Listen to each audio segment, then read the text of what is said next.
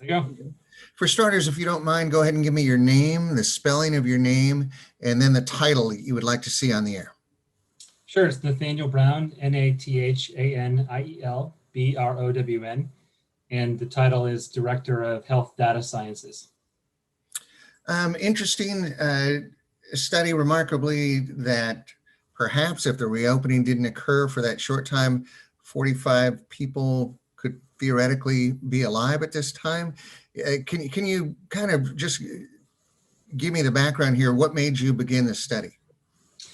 Yeah, we've been doing a technique in data sciences called predictive modeling here at Scripps since the beginning of the pandemic back in March of 2020. And we use this to project forward in time how many people we expect to be infected with COVID and then come into our hospital. And we use this information, this predictive information, in order to plan for resources like nurses, ICU beds, ventilators, et cetera. And in around May or June of 2020, we came across a study that was published in the New York Times about Columbia University had looked at, well, what if New York and other metropolitan areas had shut down for COVID restrictions a week earlier than they did in 2020, and what would the effect be in terms of lives lost? And they had a pretty dramatic revelation, which was that they expected 36,000 people may not have died of COVID if restrictions had been put in place 1 week earlier.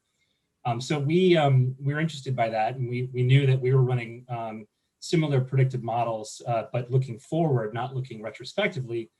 So we reached out to the folks at Columbia, and we asked, would you be interested in collaborating using your model, retrospective counterfactual model, with Scripps Health Data to look at what would locally in San Diego County, what would the world look like if we had done things a little differently over the course of the period between June and July. How many people may not have come to the hospital, and how many people therefore may not have died? And that's really the genesis of the study. And in collaboration with the folks at Columbia, they provided oversight. They lent us their version of the model, and then we adapted that to the local data at Scripps that we collect on all the events throughout the COVID pandemic. Can you just kind of give me that as a headline there? The particular numbers that led you to that result, that perhaps some people would be alive had we shut down longer. Yeah, we found that due to the rate of folks being infected with COVID, being hospitalized, and then the rate of hospitalized COVID patients who later die of COVID, we found that with the restrictions that had been in place prior to the phase 3 reopening, and those restrictions were really limits on businesses and the increased social distancing and mask wearing, we found that around 45 people probably would not have died. And that equates to a rate of almost 2 people per day. We're talking about a 25-day period. So a pretty dramatic decrease in death and also hospitalization, ICU admissions, had the world been a little different. And as you're rolling the study, what's your reaction to that? I think it obviously the world is the way it is, right? Those people did go to the hospital and they did pass away due to COVID, and that's not anybody's fault. That's just the nature of this pandemic. But what it tells me is that social distancing works, wearing a mask works, and there's very few times in life when you can do something as simple as staying home and wearing a mask and potentially saving a life. And to me, that was the most dramatic outcome of this study, is that as a person who's locked in the house and in isolation and through the COVID pandemic, it gave me reassurance that my sacrifices were being put forward to potentially saving people from getting this terrible disease. And those numbers are only, the 45 would apply only to Scripps, right? That would that could be expounded by the other hospitals in the region as well, right? That's exactly right. We only looked at Scripps Health Data because that's the data that we have. We do know that Scripps represents about 25% of the market share in the county. I won't extrapolate out, but you can kind of pretty easily do the math. We're about a quarter of the healthcare providers here, so we have about a quarter of the COVID infections and a quarter of the deaths. Any other findings from this study that you find remarkable? We also looked at the effect of ending the reopening a week earlier. We saw a dramatic decrease in deaths from that. And we looked at the effect of, let's say that the reopening just stayed in place in perpetuity. Let's say we didn't clamp back down on the shutdowns, and we found the largest increase of deaths as a result of that. And I think that speaks to the wise decisions of everybody, government, citizens, our neighbors. We see that when we relax social distancing, be it through increased gatherings, not wearing masks, not washing hands, what have you, the virus spreads. And that was the biggest takeaway, is that your efforts to stay at home, wear a mask, and now that we have the vaccinations, your efforts to get vaccinated when it's your turn, they really do save lives. Great. Before I move on, anything else that you wanted to add, Nathaniel? I think that's it. All right. Appreciate that.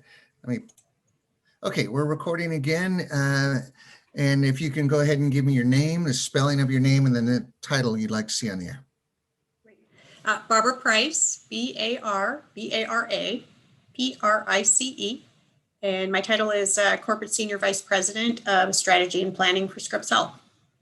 This study, we just got eyes on it yesterday, but what's the reaction you've gotten so far from the release of this study? So I think the reaction is, I think the country had been looking retrospectively recently, I think in light of the 1-year anniversary of the beginning of the pandemic. And we had this information for a little while, but thought that it provided a little bit of a local flavor of what has been being discussed nationally in terms of some of the alternative outcomes that could have been achieved nationally if things had been done differently.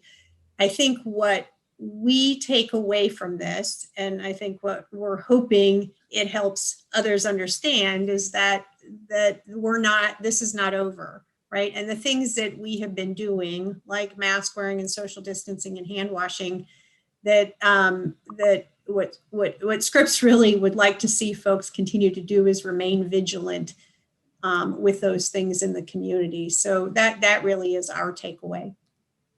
And what was your own reaction, after, realizing the results of this study, that if in fact that reopening had not happened, at least from Scripps, at 45 individuals would have been alive at this time?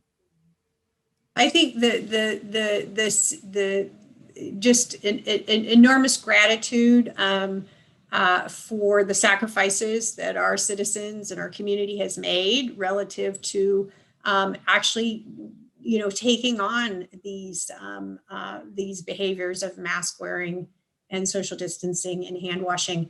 That is what saves lives in our community. And that's what keeps people out of the hospital. So continuing to do that, and that as an individual, these are things that we can contribute to actually produce those outcomes. Right, and important that you're doing this research. And what do you hope will come from this knowledge now? Well, I think it's really good timing, because I think as a community, as that people feel like there's an eagerness to move out of the pandemic. There's an eagerness to sort of let our guards down a little bit and quote move back to normal. And I think it's important as to continue to the vigilance that we've had around things like mask wearing and hand washing and social distancing, that those things are going to still be important for us to get through this successfully and to continue to save lives and keep people healthy. Right. And as I asked Nathaniel this question, but as you look at this study, what's your takeaway? What's your headline here? my takeaway is that I think we've learned some things that can help us as we go forward and continue to work our way out of this pandemic. I think that there's been tremendous pressure on our state and our county officials relative to making decisions about these things. And that the sacrifices that our community members and our individual citizens have made have been tremendous. So it's just, again, gratitude towards the efforts that every individual has put forward to get through this pandemic in terms of mask wearing, social distancing, and hand washing. Right. And you got to wonder too, how these families, especially that were treated at your hospitals that, were struggling with the pandemic and all the efforts there, what their reaction will be to these kind of numbers and these kind of studies. But I think the message here is that we learn and, walk away smarter from this pandemic. Anything else that you wanted to add? No, thank you for continuing to get the message out and sharing it with San Diego County. Great. Okay, well, appreciate you both, and thank you so much. I mean, pretty fascinating results here. Thank you. Thanks. It's fun talking. Bye-bye. Thank you, Mario. Thanks, Mario. Bye-bye. Bye-bye. Bye-bye.